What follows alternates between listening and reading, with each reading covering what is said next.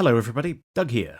In this video I'm going to talk about treble booster effects pedals, specifically why you need one if you want to sound like Brian May, and how they condition the guitar's signal. I'll show you some of the different flavours you can get, then I'll finish by demonstrating how to assemble your own in the form of a KAT Treble Booster Plush kit. So first of all, let's hear from Brian himself on what a treble booster does for him. This audio clip is taken from the Starlicks video. I use a treble booster, which is a very simple little box. It's just a one transistor device which boosts the signal a bit and gives me a bit more sustain through the amplifier. It also knocks a bit of the bass end off, which cleans the thing up. And it also gives it a nice bit of bite on the top end there. The treble booster is very important because it also boosts the signal up to the point where the whole thing will feed back. And that's very important for the way that I play. I need to get that sustain.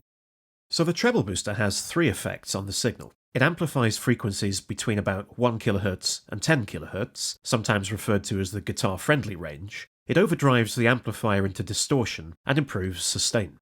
I'll demonstrate some of these effects now.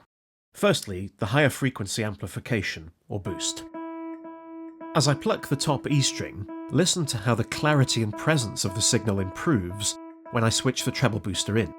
And watch the sloping section of the signal visualization at the right of the screen, and you'll see this decay when I switch the treble booster out.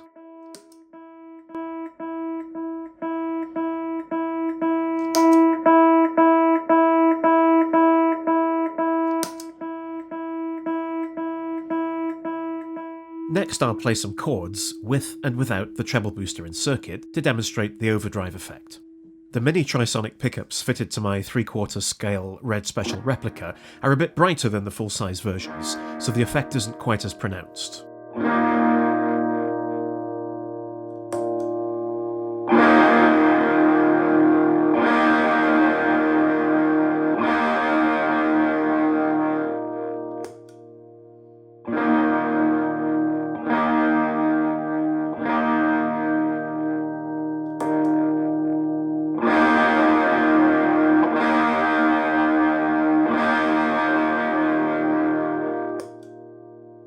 These improvements to the guitar's signal do have an unfortunate side effect in that the noise floor is also boosted. Listen to this quote from Jamie Humphries in his test of the 3 Friar Sound treble boosters, then I'll demonstrate this for you. As Brian said, when he gave me my first one, he said, Jamie, you can have your own snowstorm in a box. And then I plugged it in, and that's what they do. They hiss and make lots of noise, but they sound fantastic. Unfortunately, I also have a crackly volume potentiometer on this Vox AC30 TBX amplifier.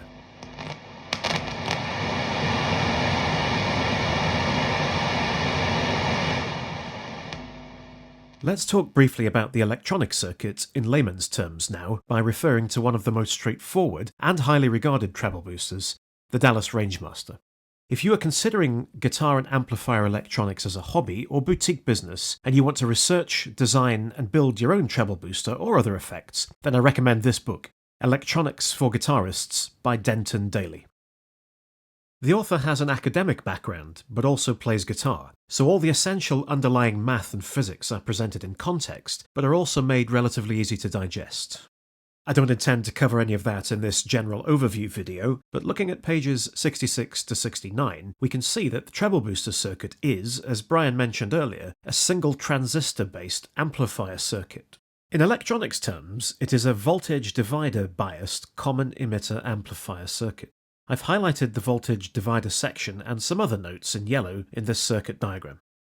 The Rangemaster happens to be positive ground because it uses a germanium PNP semiconductor transistor compared to the negative ground KAT Treble Booster Plush, which we'll be looking at and assembling later.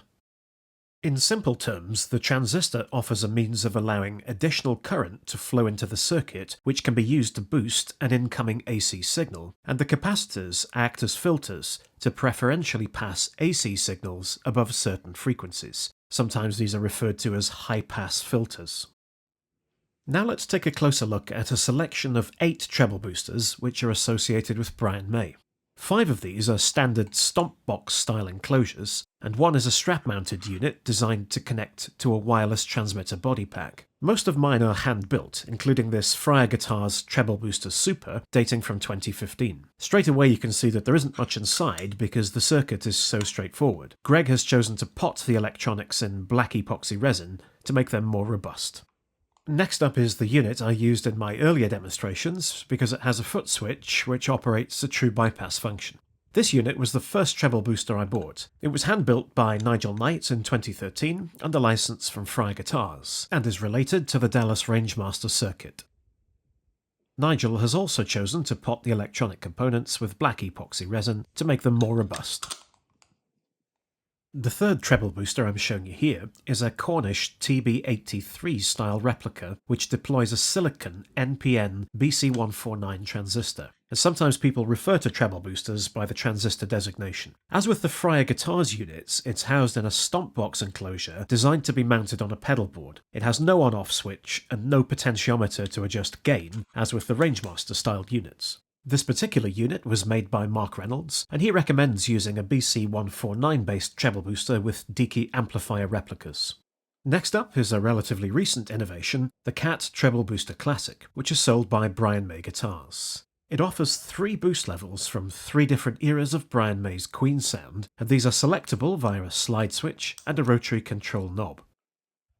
To develop this effect pedal, Nigel analysed the output versus frequency response of a 1970s Dallas Rangemaster, a 1980s Cornish TB83, and a 1998 Fryer strap-mounted treble booster. It can be powered either by an internal battery or a 9-volt DC external power supply. Let's take the opportunity to review the boost curves of some of the treble boosters I've been discussing. These profiles were measured by Nigel Knight during development of the KAT BMG Treble Booster Classic, and I've just redrawn them for presentation here. As you can see, apart from the Rangemaster circuit, peak signal boost varies from about 30 to 35 decibels, and is generally achieved between 2.8 and 3.6 kHz, which lies in the upper mid-tones range. If I remove the boost profiles of treble boosters that I don't have in this selection, we're left with 3. One for the 1980s Cornish style TB83, one for the Dallas Rangemaster replica, and finally the KAT Red 18 strap-mounted treble booster, which is what I'll show you next. I covered the KAT Red 18 strap-mounted treble booster and KAT Superpot in a separate video, so I won't repeat that here. I'll just say that this was a development of the original KAT strap-mounted treble booster for the 2018 Queen and Adam Lambert tour. It's designed to connect to a wireless transmitter body pack, such as this Sennheiser analog unit, which is the same as Brian originally used. Brian has since moved to a Sennheiser digital wireless system after an evaluation period with Nigel Knight. Next up is this replica of the famous Dallas Rangemaster by the vintage Pedal Workshop. This company was founded in 2010 by Steve Giles and Richard Henry to make high-quality modern replicas of classic British guitar effects pedals. Their Rangemaster replica was offered in either kit form for DIY assembly or pre-assembled like this one, which bears Steve Giles' initials SG inside. The Rangemaster has an on-off switch, a 1/4-inch mono jack socket guitar input, and a gain control via the rotary potentiometer on the front control panel. It deployed a Mullard OC44 germanium semiconductor transistor, and the electronics components were mounted on a tag strip. The Treble Booster Deluxe was the medium gain unit in a range of 3 treble boosters, with gains varying from 31 to 36 decibels, offered by Fryer Guitars of Australia, which also included the Touring and the Plus. These were all professionally tested by Jamie Humphries using a BMG Red Special Super guitar in a video for issue number 40 of Guitar Interactive magazine, which I'll link to in the description below. It has 34 decibels of gain and offers a powerful, rich and fat overdriven sound. This leads us on to the KAT Treble Booster Plush, which I'm going to assemble in the second part of this video.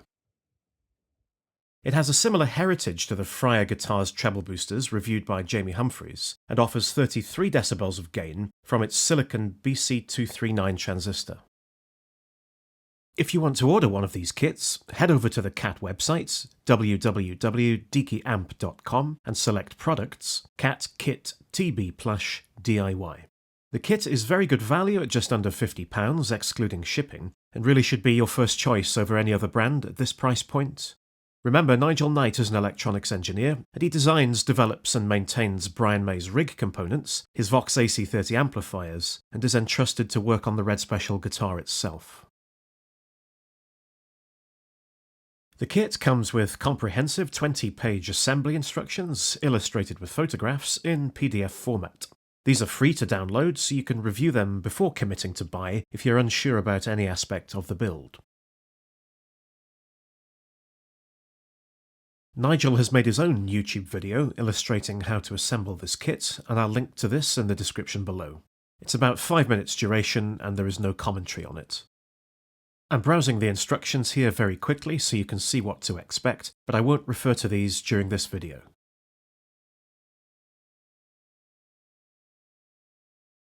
Okay, let's get on and unbox this kit.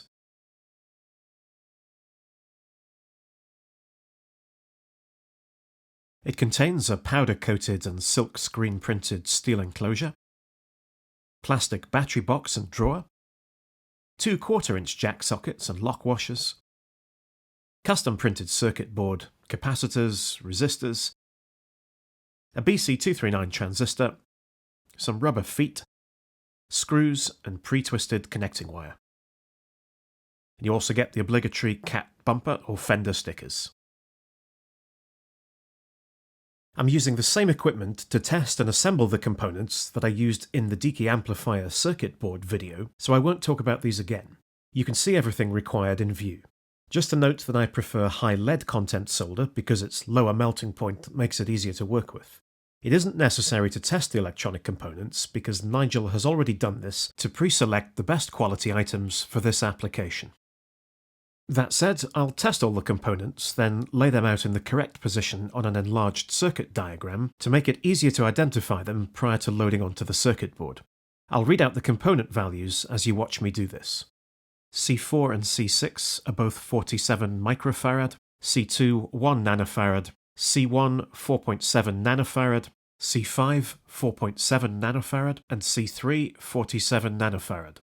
R2 100 kiloohms, R8 100 ohms, R6 6.8 kiloohms, R7 47 kiloohms, R5 2.4 kiloohms, R3 1 kiloohm, R1 is 120 kiloohms, R4 22 kiloohms.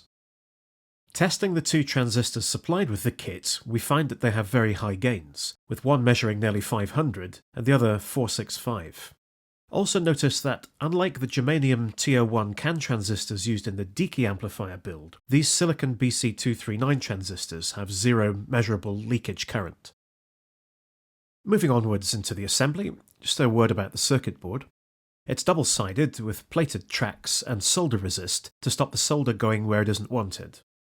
The top of the board has component identifiers and orientation marks to assist the build. Firstly, I'll load the circuit board with the resistors in alphanumeric order. I've pre-bent the legs to fit the hole spacing, and when the resistors are inserted, I'm bending the legs outwards as Nigel suggests to stop the resistors falling out. This is what the circuit board looks like after soldering the resistor legs. I'll avoid showing the soldering operations and trimming excess wire after this phase because they're very repetitive actions, and I illustrated them in the DK amplifier board video.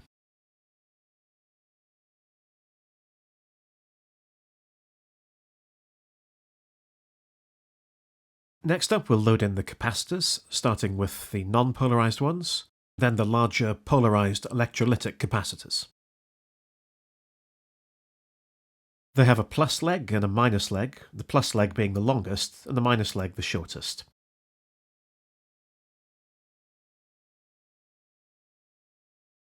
Finally, let's install and solder in the BC239 transistor. Then we can review the circuit board with all the passive components and the transistor installed.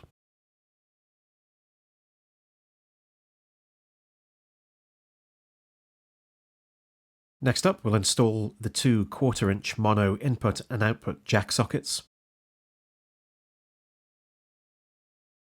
To keep the circuit board steady and in place while I solder the legs of the mono jack sockets, I've just sandwiched it between the 2 halves of the enclosure.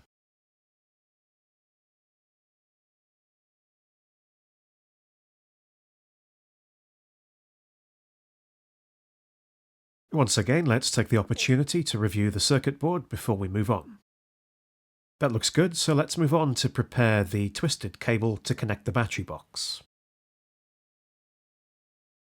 Wire strippers always make a more professional job of this than pliers or your teeth.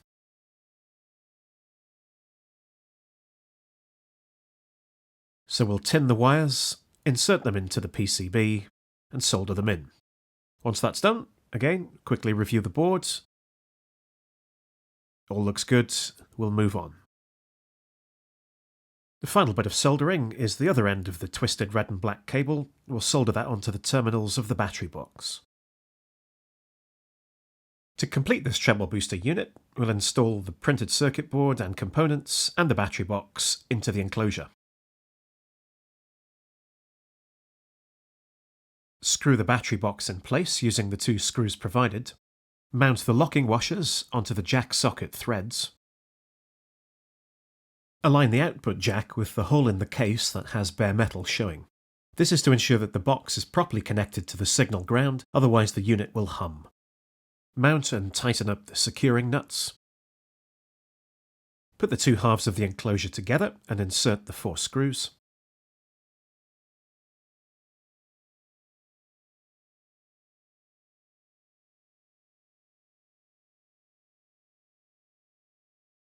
And finally, apply the 4 self-adhesive feet to the underside.